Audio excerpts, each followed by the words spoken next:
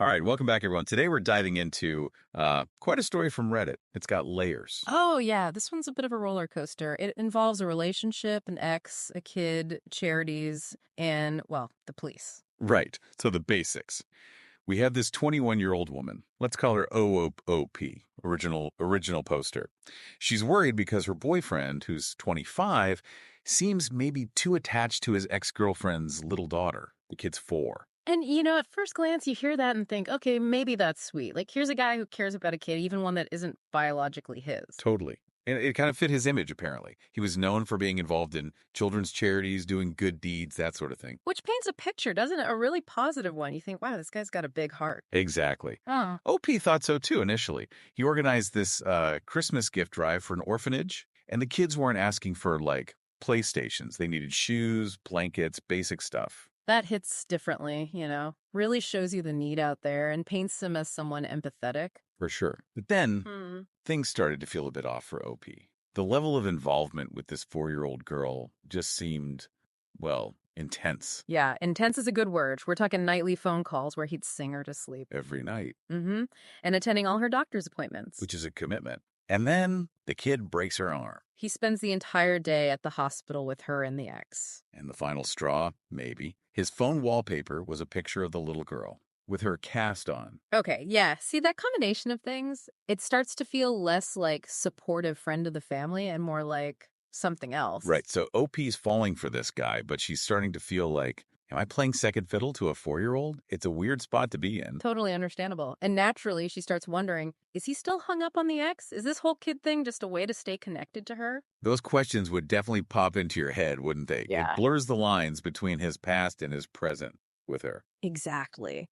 And then there's the charity angle again. OP is trying to understand why he's so heavily involved in all these different children's charities. Multiple charities, not just the one gift drive. Right. But when she asks him about his motivations, his answers are kind of vague, not really clear. And that's when her mom steps into the picture. Because, moms often have radar for this stuff or think they do. Uh-huh. Mom's getting weird vibes too. She starts thinking, maybe this guy isn't being totally upfront with OOP. Maybe he doesn't fully trust her. So the big question OOP posted on Reddit was basically, is this super intense attachment to his ex's daughter a massive red flag? Should she be worried? And that's what we're going to unpack. It's messy, involves emotions, past relationships, kids, all the complicated stuff. Okay, let's rewind a bit. How did they even meet? Turns out he was a regular customer where she worked, a restaurant, and apparently, quote, hot. Well, that helps, doesn't it? Initial attraction. Can't hurt. But yeah, it was that Christmas gift drive he organized at the restaurant that really made him stand out. Remember, the kids needing basics. Right, that really moved OOP and probably made him seem like more than just a good-looking regular. Definitely. Her coworkers apparently all thought he was great, kind of had crushes. So when he asked her out for lunch a few months before the post they started dating in March, this was July, she was surprised but happy. So, fairly new relationship, like 4 months in. Yeah. Still figuring things out. Exactly. And she knew from the get-go about the ex and the daughter. Yeah. She even noticed early on that the little girl called him a lot. Which, again, initially she interpreted positively, right? Like, oh, he's caring, he'd be a good dad. Yeah, that was the early take. But then the worries piled up. It wasn't just calls. She mentioned he was spending quite a bit of money on the kid. Ooh, the money aspect. That can be tricky in a new relationship, especially when it's flowing towards an ex's family, boundaries.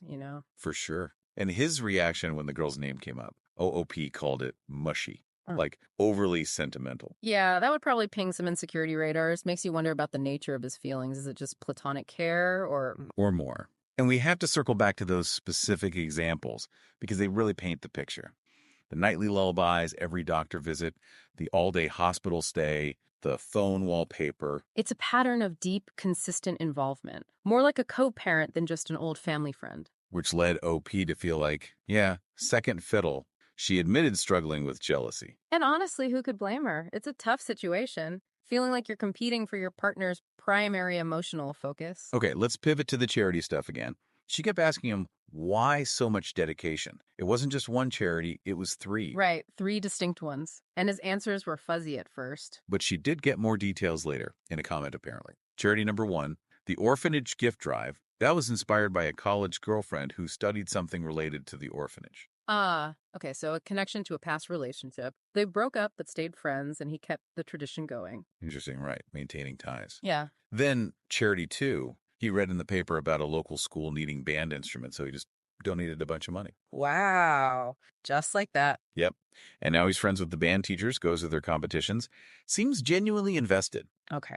That one sounds pretty straightforwardly altruistic. Saw a need, filled it. And the third one, supporting the sheriff's department program for underprivileged kids. School supplies, clothes, that kind of thing. He donates, helps with fundraising events like auctions and walkathons. So again, fits the pattern. Helping kids who need it seems like a core value for him. When she finally pinned him down on the why, he mentioned his background raised by a single mom. They struggled financially, though he didn't make it sound like super traumatic. Okay, so maybe some personal experience fueling the empathy. Yeah, and he credited that college ex again, saying she taught him to be more productive with his time and resources, basically channel his energy into helping others. So a mix of personal history and past relationship influence. Makes a bit more sense, though maybe still doesn't fully explain the intensity for OOP. Well, hold on, because this is where it goes completely off the rails. Yeah. Remember OOP's mom thought the whole thing was weird? Uh-oh. Yeah, I remember. The boyfriend breaks up with OOP. Why? Because her mother called the cops on him. What? Yep. Falsely accused him of being a pedophile, specifically mentioning her concerns about his relationship with the 4-year-old daughter. Oh my God. That is horrific. Absolutely horrific. To make an accusation like that based on weird feelings. It's awful. Apparently, he found out because he had a friend on the force who tipped him off, told him these calls were coming in, and that the caller, OOP's mom, asked to stay anonymous. Wow. The anonymity attempt, too. That did kill you. So OOP confronts her mom. Mom denies it, until OOP mentions she knows because her friend told her. Then the mom confessed. Unbelievable. The level of denial and then collapsing only when caught red-handed. What a betrayal of trust on multiple levels. Thankfully, the police saw right through it. They found zero basis for the claims. They even pointed out his charity work with them was all admin and fundraising, no direct kid contact there. Right. His only direct contact was with the daughter of a different ex. Exactly. And the police were apparently pretty stern with the mom, basically warning her about making repeated false reports. As they should. That's incredibly serious. It ruins lives. So OOP tries to salvage things with the boyfriend, tells him, look, I had nothing to do with this. This was all my mom. But he wasn't having it. Nope. He just shut it down, said he couldn't be with her anymore.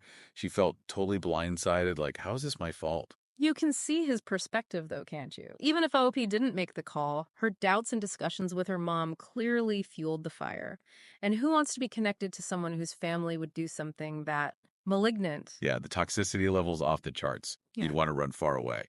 And the Reddit commenters overwhelmingly sided with the boyfriend. I'm not surprised. People were furious with the mother, obviously, but also pretty critical of OOP. Yeah, basically saying she nurtured those suspicions, finding his kindness weird, complaining about it to her mom.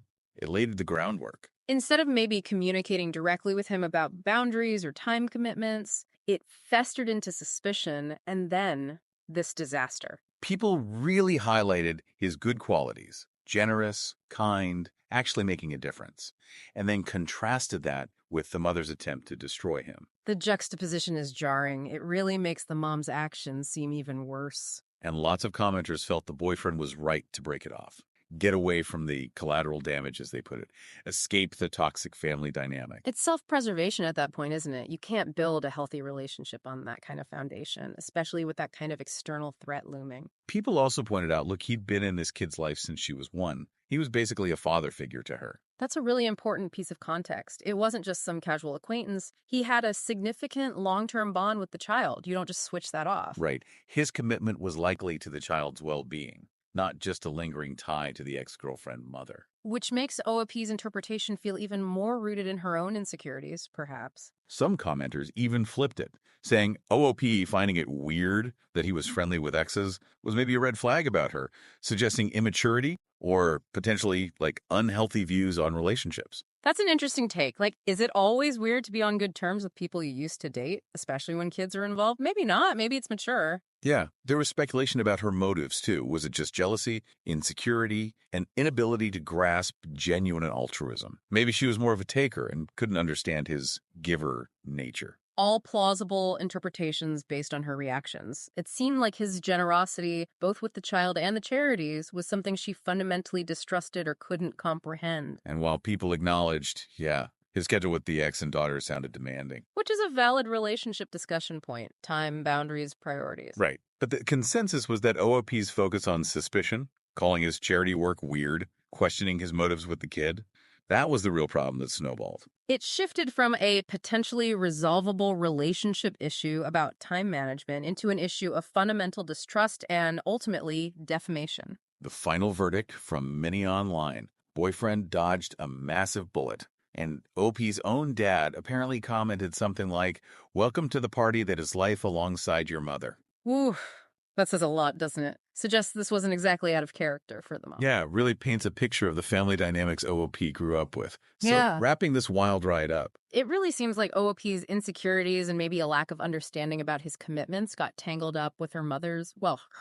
destructive actions. leading to a total relationship implosion. Key takeaways here: communication, maybe; trust. Absolutely. Talk to your partner directly. Understand their values, their history. Don't let insecurities fester. And definitely don't let external people, even family, poison the well with extreme accusations. Especially not, false accusations to the police. That's kind of a big one. Kind of a relationship ender, yeah. Hmm. Trust is foundational. Without it, and especially when faced with active sabotage like that, it's just impossible. So, a final thought for everyone listening. Think about how your own biases or past experiences might color how you see your partner's actions, especially their connections to other people. And how much weight do you give outside opinions versus your own direct experience and communication within the relationship? Something to chew on.